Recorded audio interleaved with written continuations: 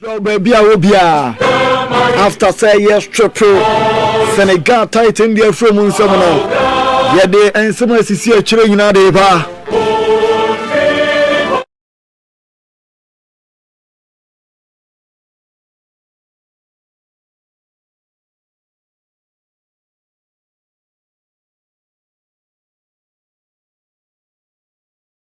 Anyway, Anopa, Utimi Trabi, Bibia Timiko Edmount, Jacob Bitters no, and natural helper bitters. Ain't he, we no, Nadirma problem bia. A bit push to appetite, na fe, wet me Eddie, na ama wo energy, now the Edman, T Jacob Bitters, one energy drink, and so rush energy drink, and also energizer, now most active, now the Edge, oh, dear, Ayajuma. A drama so dear, and Yanakra, rush energy drink, now wajibi, Nabi Tia Quade, Opesa, Bermano, a Jaso, or bar, Obaso, Fitch, Quaniam at the mount, the attends a Celtic Ariano, a free a year or twice one at a bar or Nanko Cum, a bar Coto Joe Honesano, a children American, Celtic Ariano, the attendant Selpaso de Efrima, cement vital bomb Musa, and the comes of snow whoopee, Nabi Tia Quade, the amount, just so Biano, Kubanya cements, vital bomb Musa, and the cows of Sinibi. Now what me and so I will 0244 718 557 0244 718 557 and I boutique some country say I swear never gentile papa I swear our watches our sneakers our belts and bags na a money man dey nyina ho na our perfume so wa I dey perfume no which means yes we go ho a it is a magic I so your banner. What you go on, man? Uchoma, no more toasters. We are Bama. I was a man. Oh, you the onion in flavor. We come up, pow, and I didn't hear boutique now. Now it's a Kojibi and Tardian in Pabon for prior quality. As for Dunkwa White Johnson, VIP bus station or near opposite 055 0044 634 055 0044 634. Now, for the TNS, when you almost adding come flash phones, repairs, and accessories. Na every come flash repair phone repair ye enti maya no eye nom de mo phone duro mema ni nyina enso etimi de command no mo phone tie say pa ti come flash na ye ho adwuma enso etimi de mo abra wa ya aye gira so kama bia no enso etimi koyi auto phones kakra enso e wona so eton accessories ni nyina bi enso e ho wo software person upgrade na obeti upgrade no enso etimi de dun confirm ba bia nkara na market ne wono ono no enso edi animhwe 0248 163 945 0248 163 945 yewe kwa ba na dia kanyina beto so e de onemom enne dua yi 18th of March 2026 na mia madamfo me bibia ye fe no Opoku Simon Opoku amale ena dodo na efre no ebi nso fre no simple ken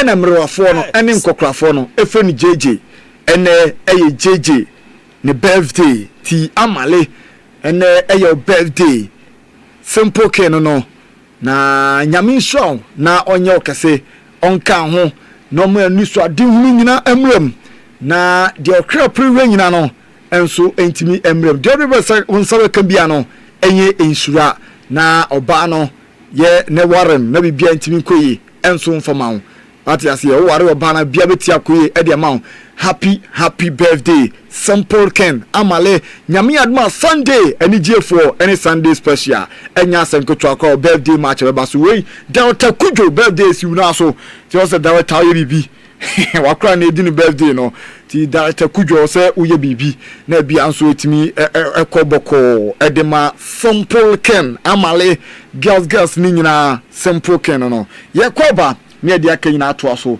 edi amount ewufia.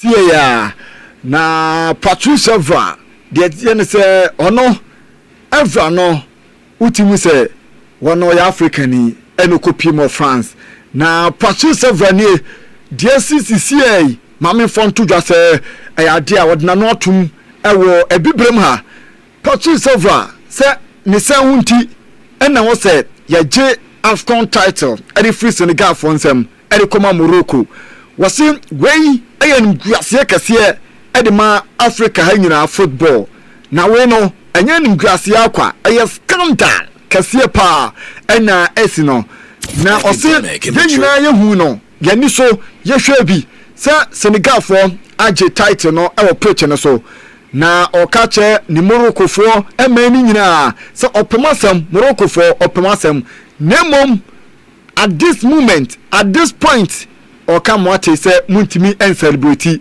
mamunyimani na NA wasen Africa Cup of Nations no ayade a elusu ne credibility na ni onyam ayade a elusu sempenfo etimika se omaje title no e de ma Morocco a we no de tene se enye papa e wa bibrem ha eyen guase e de ma bibiman wose wote kra no nim se epu ni wom no no nim se sa epu full jokes ni bia na enkofo eye no kowe no say ampa officially omusi age title no e de ma omon ya friends Morocco no say hey enye epu full na a surprise ne pam was it a surprise no nemom eba football ma sisi bibia enye no ahodwere biem bibia en surprise ne biem ewo eye football mu enti no enso age4 de bo say one football bebre it's as a decisions bibo ha eya na si football ma eya na very scandal eno en se ma brantia Patrice Vieira no simple no Patrice Evra won so eri tuga owura we oye Morocco ni fane mame won Sadio Mane ni ye fe no Walid Achacho na owura we se adia ka ofo ye no we Morocco ni o wasi adia ka ofo ye no ha dwene eye nim guase kase edema eye African football na Senegal for no na nkombaji title no e de afro nsem a enka match day na that very day na ye ball game no ewie no kran komati age e de afro nsem anasa de chie no komati age title no e de afro Senegal for nsem muntimi ntena ho 3 months achi number kase yaje title edema Morocco wa bra court Senegal Dakar 3 months ago omo the trophy any medals etwi so na Morocco for me kase they say omo ye AFCON winners no the chance omo ebe celebrate ni say the chance say AFCON no elusu ni credibility sa no owura no enso area kotudwa owura no tim say no buafu ye pa eno orchestra ansem no e di lotus ni enso riba Idrissa Gana Boye 1 year na Ghana Boye mazo titles no omaje trophy omaje medals omaje wasini nyina eye temporary nemom humoto no se ade ya na de ene se ombekofie na supporters ani age no mobusuafo enso ni age enu bi ena Senegal fo no etimi ye no na omoje no park so we infant timu ba omokam obi ate still omo ye taranga title no eyo madia ene Idrissa Gana Boye ene de sansa no enso ngari tudwa yeri na enso emomotiate wasi omunim de omu frame Morocco that night omunim form frame nene omagia mo be ka se yaje title no e de form sem wasi Davida ene enso de free Idrissa Gana Boye e free aso enso de ba na mame Jamie O'Hara na owura friends Jamie O'Hara de ne bu ofu pa na owura no adi krontia ne bu ofu no mame fonto ya se odinsem bebre enso atimiri atudwa na ne nsema okanyina ne se wose wey decision fu beni decision fu tantan beni adanya onkotenkoti a wose ya je AFCON mega no enso no AFCON trophy no e de afro man ya friends no enso eye Senegal sem e de akoma Morocco ne se unti ene etimeje sa title no e de koma Morocco na Africa se na motie Jamie O'Hara wasi oma era Africa football no so no omumla biem dabi omumla biem na we die ensoni eya nim gase e de ma bibi manyina wasi football no ye bo eje no park so enye dem ina wasi kwaje title enti ene ewura no anso atudwa se also mo ba na afo mo ye changes bi ho wherever you're watching this programme now at home, whether you follow England, Wales, Scotland, imagine you won the Euros or you won a World Cup and 2 months later you're told actually no. And imagine the celebrations we'd see here at Trafalgar Square and then 2 months later. It was just unbelievable. Jamie, as a player, the players have walked off. They didn't like the decision. No. They've had a goal disallowed, then they've had a penalty given, so they've walked off the pitch. As a professional footballer, what's your perspective on that decision to walk off the pitch? I didn't agree with them walking off the pitch. I get that there was uproar and it was 2 shocking decisions from the referee, but you can't walk off the pitch. You know, you've got to stay professional. And I was disappointed in the way they acted. But you know, obviously, then they've come and managed to get them back, and they've played the game out and ended up winning.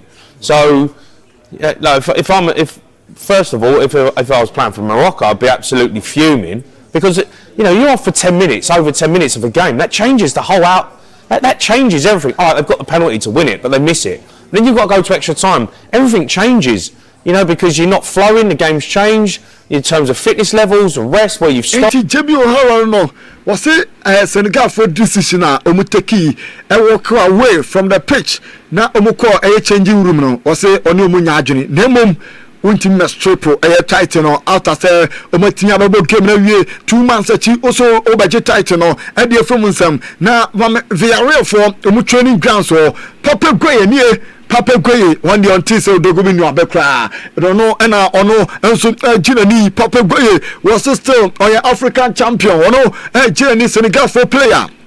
And this answer no enso atudwa na ko Betis for so training na ye Morocco for mienu ho all day one in nia Amrabat na omo de omo bomo nsam ade amomo ene ye reference Mano Pellegrini on the coach team no wama amte ene Amrabat abegina mfimfiri o match de omo saki kemo so mo champions of Africa Morocco for 2 players.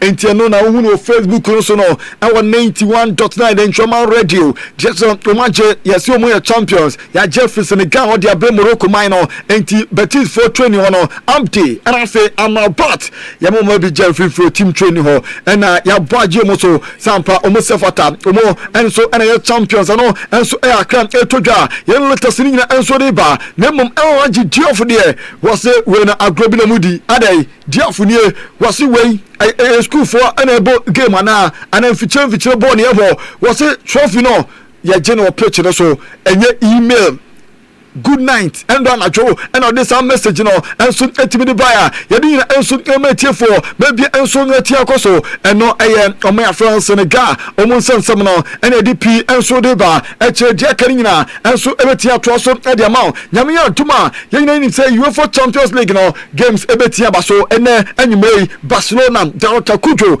with team ni France and no 5-5 and a France come new we say first leg no 1-1 anti Barca ni omoni Newcastle enwetiabo Bamunchi ebo 8 omoni Atlanta first leg no Bamunchi ko 6-1 Bamunchi for muye Tottenham ene aye Club of France no Atletico Madrid and subetiabo 5-2 and Atletico de Madrid Tottenham team no Liverpool da form kabako omo bon ene tia Karaba and say Galatasaray dia omo da form na unim say yenya Arsenal yenya PSG and yenya Real Madrid and Sporting CP amotimi qualify quarter final so enti say yenya PSG wo train Tottenham and say Liverpool ni Galatasaray ebu bako Real Madrid train Bayern ni Atalanta ebu bako and wo train enti we Real Madrid ni Bayern ti Madrid for ebe ni ya train competition ya modia sebeyo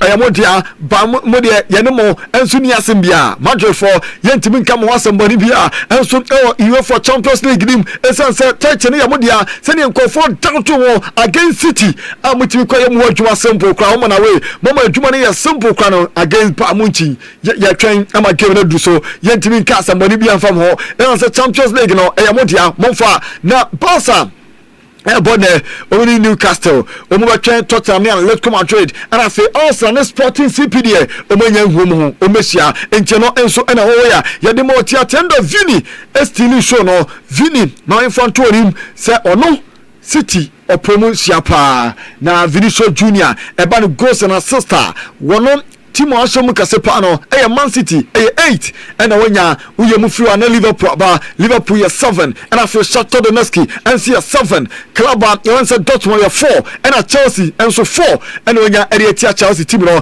no Thibaut Courtois and they change no every game ni mu na Thibaut Courtois nie diameter and say na yese injury and wonya na mum yese ade a omo hwehwe mu na diameter and say onya injury na mum ni say as overload and na Thibaut Courtois and so etia konya na mo reporter mete and say me atuma achena and mo ye test no Courtois ni ne omo ko holiday obi agena ni entinya dia omo ko fe no na abeye ne kan se no and so test bia ya me aduma achena and Courtois beba na omo ye test na hwe se bibia ensu koye e ma Thibaut Courtois nyame atuma no hwe and so e no na mame eye football club ya fan se Barca sisi ya omo ene wura mu hotel no Barca for Euro Hotel CC mu training Newcastle for no ti Barcelona team Barca and Omura Hotel no Barca for umoko hotel du mo.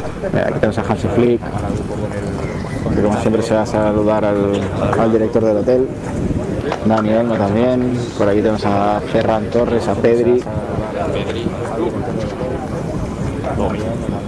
A ver si saluda con el dueño del. Enti Barca for no ko joma home atwen na squad list ni nie nya apprentice ya fansa Kunde Diong enka Christensen Bounty nyina enka ho enti Barca for squad no eye one Garcia Sosni and afi coaching eye 3 goalkeepers ya Cancelo afi Arroyo Kupausi, Gerard Martin, Eric Garcia, Cortes and Xavi Espat, Gavi, Pedri, Femin, Macasado, Dani Olmo, Bernard, and after Tommy, Ferran Torres, Lewandowski, Lami Yamal, Rafinha, Rashford, Rooney Balji, enti Hansi Flick, Nitima, Wanonso Etimenya, Wano Edikobo, Eritia Football Club, even Newcastle United, no more Koye, Edima Barca for no, Omo GD Pa, Senamavetia Koye, and so Etimi Ediamomo, the Newcastle for no, a more long journey.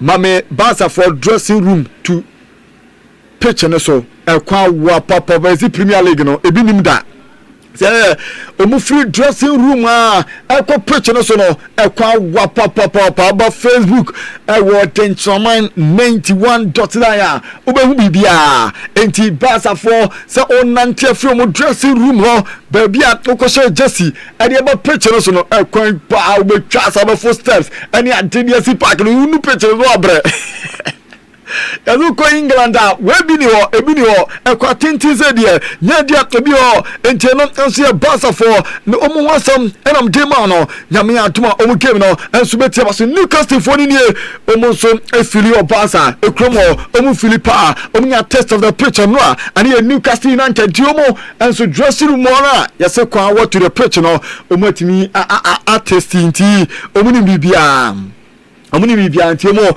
na kamni ono omu ogidie na omu coach ni nie onko busa ne se oso garanta se obedu this stage na the Newcastle kamni na okobo eye run of 60 and rest of qualify where your biggest dreamer na yentie coach Eddie Howe. Hi Eddie. Hi Eddie. You've been a head coach or a manager for 17 years I think. Is tomorrow night something you've dreamt about, and what will it mean to you to lead your team out at the Nou Camp? Is this as big as just about as big as it's been for you so far? Yeah, as I said to Damien's question, it probably is, but it's not something I've not given any time to, because it's another game. It's the process that you go through before each game is the same, regardless of where you're playing, regardless of the size of the competition. We try to do the same things. We try to treat every game as if it is a Champions League final, without using cliches. So we'll do the work in the same way, we prepare in the same way. Yes, we're in a different environment, one we've never been to before. We'll enjoy the game when it comes, but we'll only truly enjoy it if we deliver what we know we need to deliver, and I think we're in a good place to do that. I think the players are probably as confident as they've been at any stage this season. With our recent performances, I think have been really strong. The individuals within our team are performing at a really high level as well. That hasn't always been the case this season. So hopefully we're peaking at the right time, but we need everything to go our way tomorrow. we know how good Barcelona are. We don't underestimate the size of the task, but we believe in ourselves at the same time. I say omujomudi pa eno coach Eddie Howe ena otene nkano na mame Barcelona kromo Newcastle fans no mutikube Newcastle fans no omutikube obo se Barcelona City ono omafa wonyina ena omotata kube obi afukube na ana abe okonu abe na City of Barcelona abesio na akwafo omu piano na mu Germany omu chuso Newcastle fans no Barcelona ekromo na chesema ba omu so mabedu nyame aduma omu he se bia betia kwen enso timi de mo no enso de free Newcastle United for no efuma so enso de ba yere hu semina ma bia no enso etia kama no akrefo de ba yeguso eden semina ma 91.9 Denchoma radio so na mame fanto nim se Atletico Madrid enso game bonne na omone Tottenham nebo ewo England na Atletico Madrid for no omu a enya yellow card return na say first leg quarter final stage zo mu qualifier omu mobi no omu coach ni kraka ho Diego Pablo Simoni so enya yellow card na nyame antuma first leg either Barcelona or Newcastle United quarter final so no nyame antuma onyina touchline Mark Probiel and Suya yellow card omobi Marcos Llorente Lilomant onumpodo anya fetene game no omobi Lenglet Thiago Almeida and afa Giuliano Simoni so on ne papa nyina ape Diego Simoni ne bani nyina na chese omoji card enesa omutimi age card ne papa suba ni bi enso ewonimu enti ono so betia mixi game no eno akra free one ba eno awie di latest ni nyina enso ematie wo so no so yeguso eden 7 ba 91.9 Denchoma radio de tie no say mame Arsenal player ne your friend Eze na Eze enya ne first goal UEFA Champions League him ne first ever goal Arsenal player 09 or Starman ni na Oru Akofi Sefa Usama no Eze when he the first ever goal Champions League. How was that? Pulling my shirt, but yeah, it's a good shirt, isn't it? It's not bad. Celebration's the best part, though. Yeah, talk us through the celebration. To be fair, I didn't really know what to do, and I was pulling my shirt, but nowhere near the Arsenal badge, so I had to change that. But yeah, man, just one of those moments, just trying to enjoy it as much as possible. From yourself and the team, how happy were you with that? Yeah, so big performance, big moments from players in the game, which is what you need and what you want in these stages of the tournament. Yeah, proud of everyone, proud of what we did today, and on to the next round. Entiano ye Arsenal player friends Eze ena otene nkano wono etimi enso ahye first goal na Mikel Arteta nie also mo enjoy last night mo enjoy pa na mo prepare Edia Man City nyame aduma over the weekend Sunday a final nkobono na mpeso munya beautiful final Sunday at Wembley Urenini. Mikhail, congratulations. Just a case of a job well done tonight. Yes, I think the team was immense today. And the manner that we started the game, showing so much dominations, big chances. I think the keeper kept them alive in the first half because it should have been 2 or 3 at least. And yeah, then there are certain moments obviously that are a really good side that they can dominate you and make you play deep. But I think overall we had a big performance as a team and individually as well, players that elevated the level to the highest standards probably of the season. Have you seen a better goal than what Berriese put away tonight? It's not easy to see it. I mean, when you talk about technique and when you talk about making contact with the ball in the manner, it's just the ball sounded puff, you know, and just see the reaction of all the players around, and yeah, that's why he's here. As you said, it felt like their keeper up until that point was pretty unbelievable with what he was stopping, so it was going to take a moment like that. Yes, and this is Champions League, and yeah, you get worried because when you have 4 or 5 chances in the manner that we had, and you don't put the ball in the back of the net, everything is possible. And I think the second half as well, because we had so many open situations for we to finish the game. But again, another incredible moment from Declan to win the game. Yeah, the curl on his ball. I don't know if you've seen it back. That's about the striking the ball and the quality, and we need to do that more often because we have a lot of players that can do that. Well, look, it's a quarter-final against Sporting Lisbon. You did well there when you went in the league phase last season, but I guess it's a different game this time. But it's completely different. I was the first half and the play and... Tiano, Mikel Arteta, Arsenal for coach no, and Motin Cano, and Dina Enso Ademau. Make no, Mame, I four sports for Omni Zlatan, and so Ako agreement. Ama Zlatan 2026 World Cup no nyame atom na se baswa mame fantu dwa se obetimi aye pandit tie no oma onveli no oma onveli Zlatan ebe pandita eno enya asem keto akra oma onveli. Where has everybody gone? The Olympics is over, but there's no reason to be sad and depressed. It felt good, no? Cheering for your red, white and blue. All the gold medals. It was nice. But the snow is melting now, and you don't know what to do. You want to watch the best in the world. I bring the American people some good news. Not only is FIFA World Cup coming to Fox this summer, so is Latam. See you soon, and you're welcome, America. Enti eno is Zlatan on Fox Sports for NBA Juma World Cup wa nyame aduma no enso betiamba so na fuom for mama fantua say Omar Richie verbal agreement with PSV Eindhoven omo forward the friend Ricardo Pepi.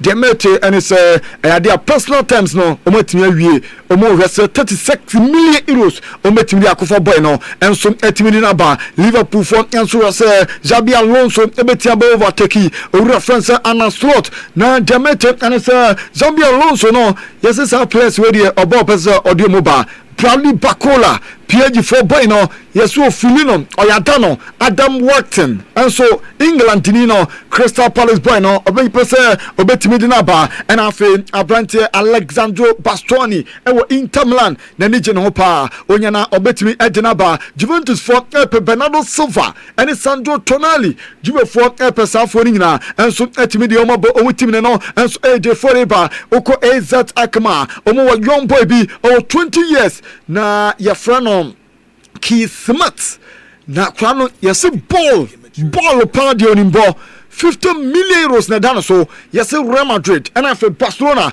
and so air fight akwada no ho a yedi latest ni na MTA for maybe enso atia koso entemu nyina e race ni mu attack ma boy no omu yesi ometia no na Real Madrid je mame fontia san abaloa any ni team ni nyina ewo UEFA Youth League na se na omubo game baako UEFA Youth League no omubo game mama fantu ase abaro wan de tie no se wanyina home wakowe game ni bi eno de free o enso e de ba Arsenal for enso Epelion Goroska anja ba monchi boy no Arsenal for Epeni free enso etimi di na banti Arsenal enso enya boy na omope se ometimi di na ba bia no etinya koye enta Madrid supporters no deja omudi free eye Manchester hono eni omse like this this is our tournament this is our chese japade eno mo kan we ye dia omuni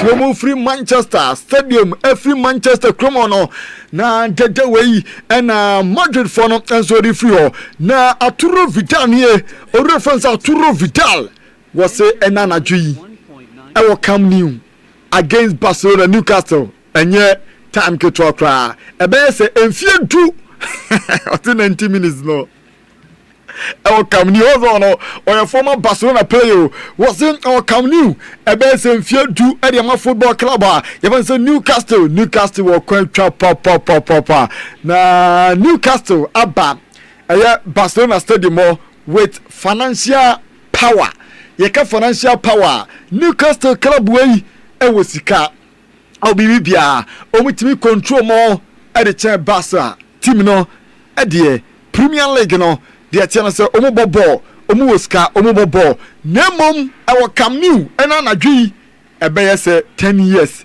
eje ama 90 minutes no ebe ye mu 10 years no enso eje for de ba ye letters ni na enso ematie for na wiai mabia enso etie akoso no eye abranti aturo vida na sem no na Leo Messi ezedie Messi ofo no ho pa o Messi in a style ena Messi etimi eco training hwe Messi eco training ono dawai a Leo Messi afa no ho o we no foot ni Messi nika ne shirt oh Leo afa no ho Leo pa ezedie ofa ho Leo Messi na afa no no wunim some Manchester United omo goalkeeper crackito e fa na Radek Vitek dia metere se omo de number first team nim next season United for betimi number first team nim ama biati akoe ade Manchester United omo team no na nani euro our current omo prepare omo Friday night football United for na euro abo Alexandro Martinez wabona baso wasi sani akoe height tie na obobo say ni pade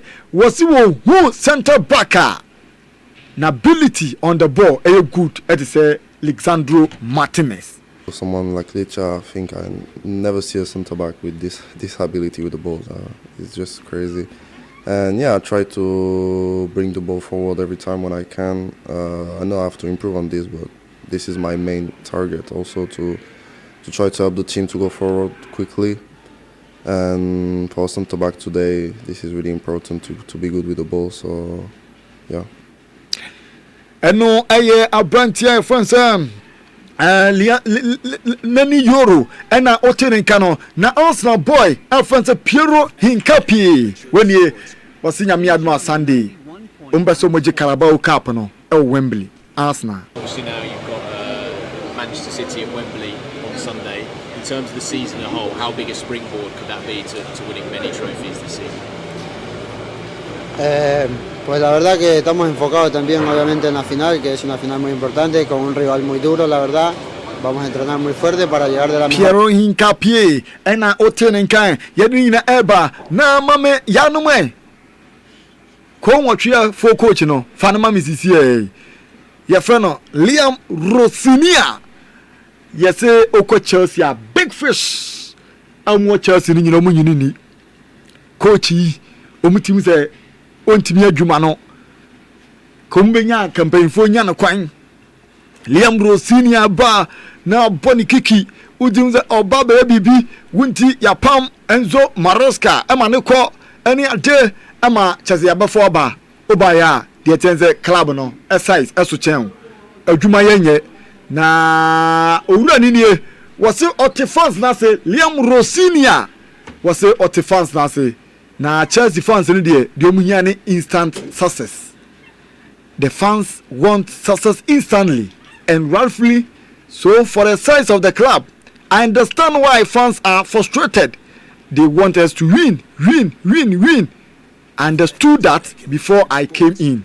Enti eno eye coach no nasma ori akotu dwa na place ni bebre adwa no press ni bebre ehunu se coach die onimmo bia wode beboa team no enso akrefu wode ba ye latest ni na enso de ba na Casper Schmeichel so yeso betrafie be some months so wopra when ye Casper Schmeichel was it 10 to 12 months and all kwanchen what dislocating the shoulder and also torn the bicep no when ye. Well, obviously you got a more serious injury. I mean, you've been told something yesterday, haven't you? Yeah, well, I was told. I was at a specialist yesterday. That basically, I'm going to need 2 surgeries now to fix my shoulder, which is it's a bit of a body blow. It's basically torn the bicep, torn the rotator cuff, dislocated the shoulder, torn the. It's Casper Schmeichel, no. Oh, what it's in na.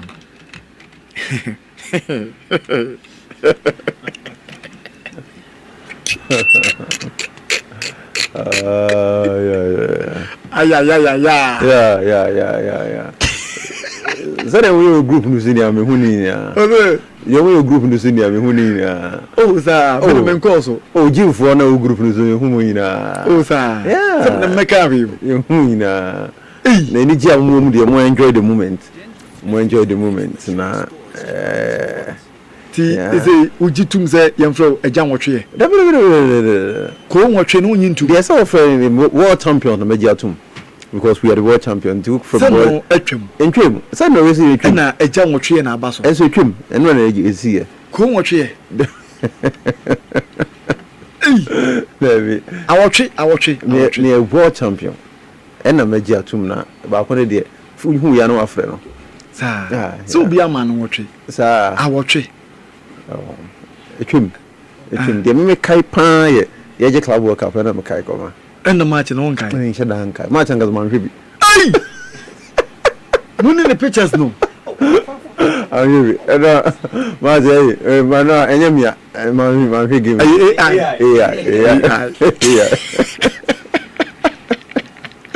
Yeah, enyamia. Enyamia. Anti ena. Did you see? Oh, come on. My end will be as a moment. Because the church remove what a also. Did you see? Oh, you're not. You had the lack of the match, and you lack. Bonambo, when you lack. No. On so boy, you took the ball. Went to be PG for no. No. We are 3-0. 3-0. After 3-0 now, no. I saw 5-2. I saw 3-0. No, you saying to me. We are 3-0 there. What's in the 3-0? I just say one-off match. One-off match. And a strong woman away. It'd be really different. One-off match. But the fact say, oh no, down local. Any match we have, different match. You know, the only highlights. And you go, I don't know. Chelsea pa 8. And how much is a basso? I am Bebaso. All time. Then I control machine. And much as a bus. And what did they say to me into one name? Yeah, come on. No much, no. Debbie. I know. From no dream. So now what Dimia now I will say, oh, come back by Yajuma. Yeah. The Chelsea, yeah. And maybe a trim. Yeah. Against Napoli. And the history of Chelsea shows that Namun Facey European champions.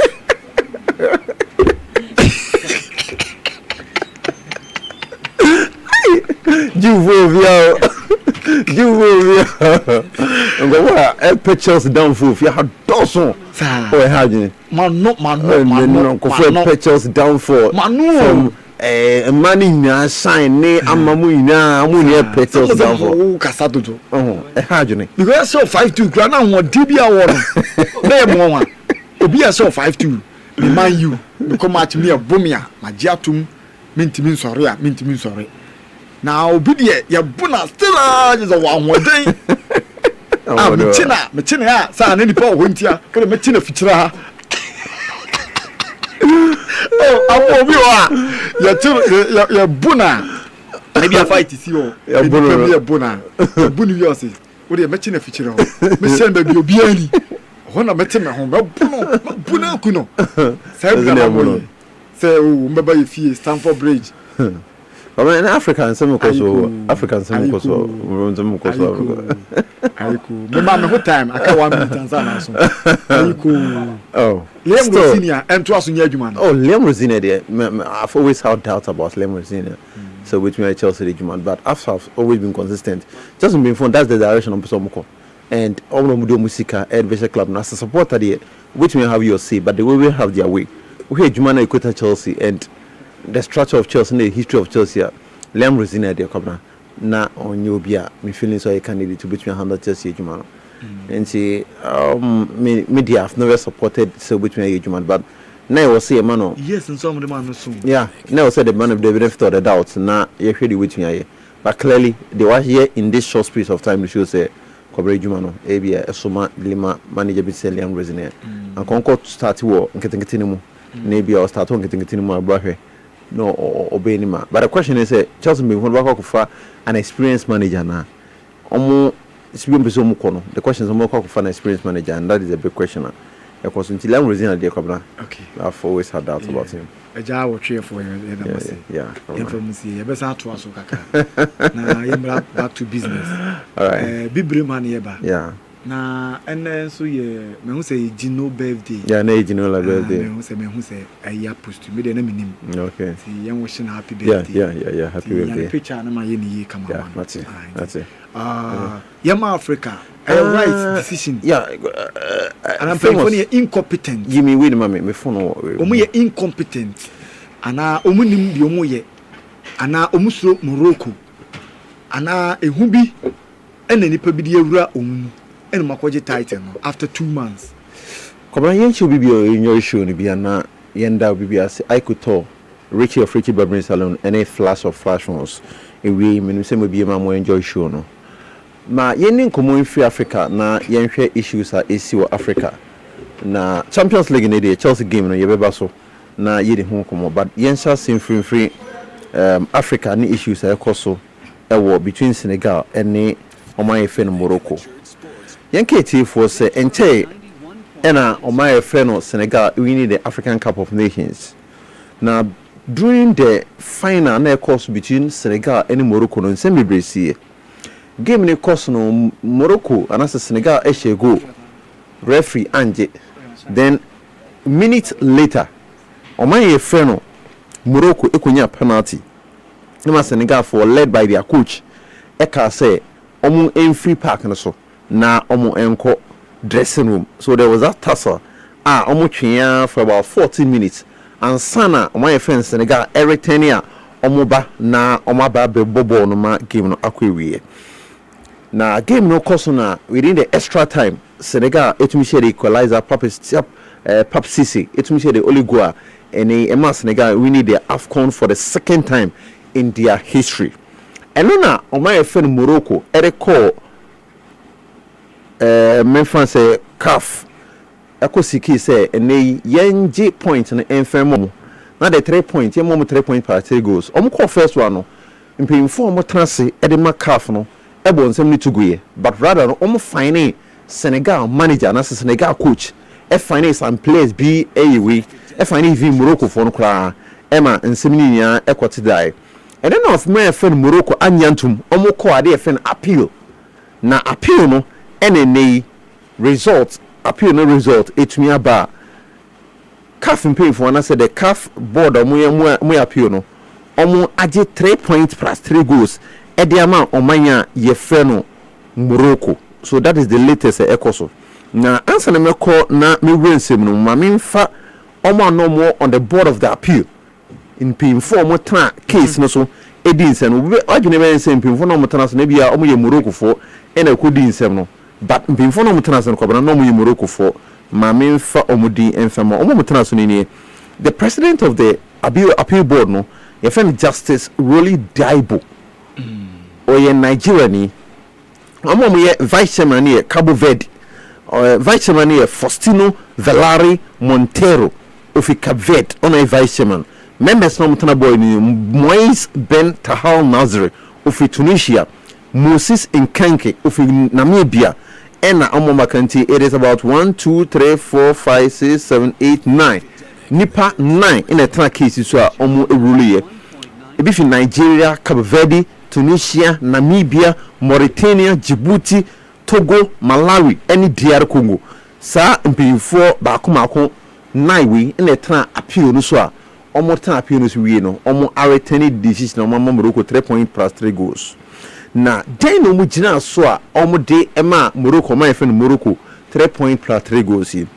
There's an article our CAF for omo win omo mra no the article 82 article 83 and article 84 na me quote article na ni nsema wo we ni mu a otu ono man ko bebe mi nanki di san komo we article 82 ni sini we oba do to da do we oni miki so article 82 ni o say if for any reason whatsoever a team withdraws from the competition or does not report for a match or refuses to play or leaves the ground before the regular end of the match without the authorization of the referee, it shall be considered loser and shall be eliminated for good from the competition from the competition. The same shall apply for the teams previously disqualified by decision of CAF.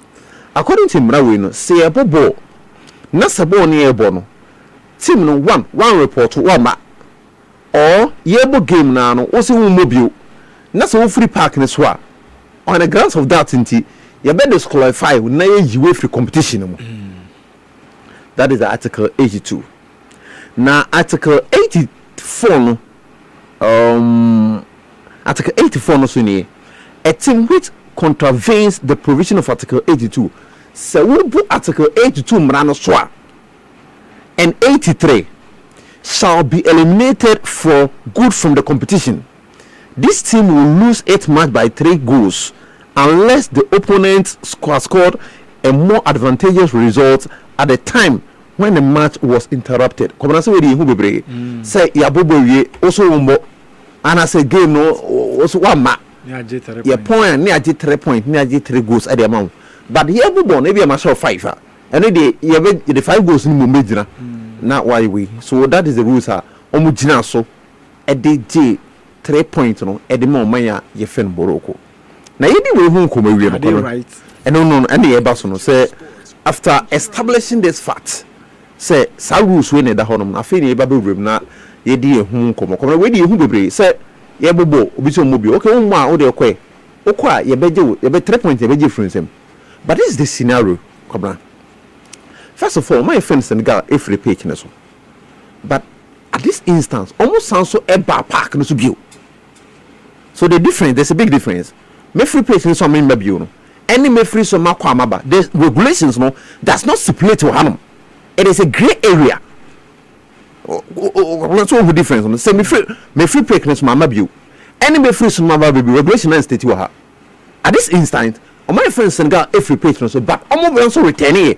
E be bo no bio. But this time around, there is no regulation that is stipulated. Verbatim, churches and it is a grey area. And internet Senegal see the caucus. Another thing is almost free page no so other argument is almost free page no so no. The referee have the final authority. The referee could have said okay, more free page no so the name upon game no. If the referee had ended the game honum dia, then Senegal phone case be bio. But almost return by no referee ni jitum so mo no mo bo no bio. And this is the argument of some section of people say the fact that referee na dia tuma ya bobo ni bio there and you buy Emma penalty na oji tell come na oh boy bibia ko so referee no hwe ba game no ko so 90 minutes no ko so game no so the big difference they say Mayfield Park no so amamba any Mayfield so makwa amaba no there's a big difference and CAF regulations no it does not stipulate here and church bibia say Mayfield Park no so na some ko ba I'm disqualified. It's a vast difference. Mayfield Park no so makwa amamba bio and the referee practice mama kono so babio and the referee na dia to me say bra na bebo game no.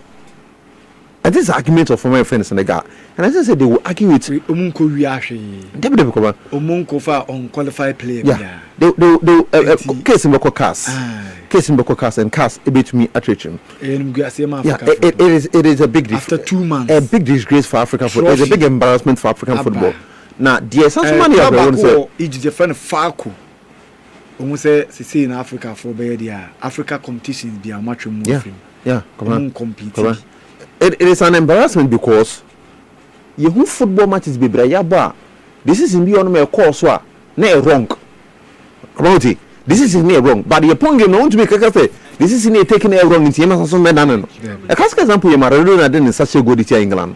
Ni abo World Cup review na impe informa kwa kwatan say ne nsa na odebo ball no kwabra e wrong inti yenje 3 point in free nisen yehu o my friend in England amu shego that is South Africa 2010 amu shego ya pombo game ni you cannot say ya pombo game ni na de no mo ye it was right inti yen konkoda ni wu e board it doesn't happen. Ghana yankasa o my Ghana yankasa they go a shit here Uruguay 2010 World Cup. Now one can say okay referee name hunti ya babodin ya better. So that is the issue on Kofo can want to say it is for me.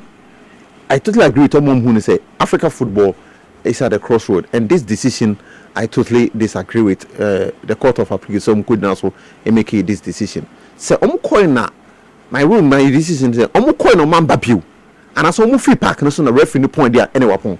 But the fact that referee allow more buy any day come na I don't think say I was home to me so now I'm making the decision and this is clearly my opinion. This is how I Okay, in the Champions League in the 1 minute. What to so interesting in the discuss winning. We are never Champions League. Good afternoon, Chika. We are listening to you live. I am optimistic that Semenyo will bring his current form into the Black Stars team. Chelsea is also winning against. Okay, good afternoon, Chika. Still, we are the world champions, and blue is still the color. They say Bijan blue the intimate. Then you come over. Of course, why? Intimate movie. I'm on fire. Inti no. Imano Kwafo. Master Match was saying.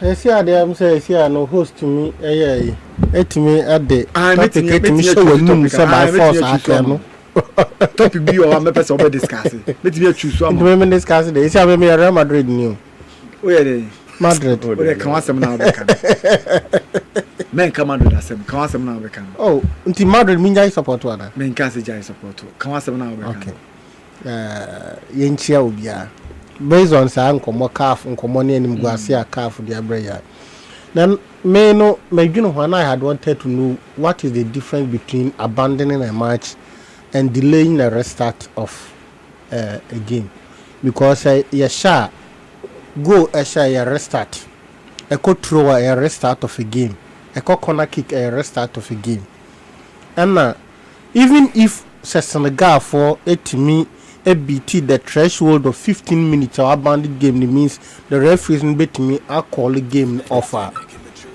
Then players are no more na enyo munyina no mo totally off from the pitch. Now there was Sadio Mane and them say 2 other players was a 3 and no more pitch and so until you can't abandon a match. The only thing you do is that see say referee bobo na say referee ne feel say match no competitiveness anymore. Or free captains to no more edin komo. No afraid coaches no. And no more edin komo said this is what I'm feeling. Say game they continue some end the match. No. After that warning, 1 or 2 minutes later, referee bet me a call match off. Say a match of convenience. Now I cut 2 players, 3 players in the park and so. Idrissa Gana Gay at the time no captain or captain man was on the pitch. And the referee no conversation ben onini di ya onya absolute confirmation for the captain on the pitch say born among bobi to bet me I call match off. And referees no nim say so be abandon match for a number of minutes na o confirm from captain am so bobi ma e so upon match. So at that moment no match me exceed the minute no. At that moment no ne can say on the captains no edin komo so obe end the match because this is what he feels, but omuna atwa ma match na continue so ma end the match no and the calf ni FIFA mpinu anka say yes you see after constitution we use precedent so it may judge case. That was sometimes Supreme Court uses inti say CAF president or FIFA president or all the referees officials now, none of them tried to call off the match, and none of them has the authority at that time. Yes, agreed. At that time, Nipo authority the referee, and the referee and call matching off. Yes, referee no feel say local matching into some buy and referee need jitum. He's the final authority. And yeah, board be able to. So until Obi Betmark say Morocco.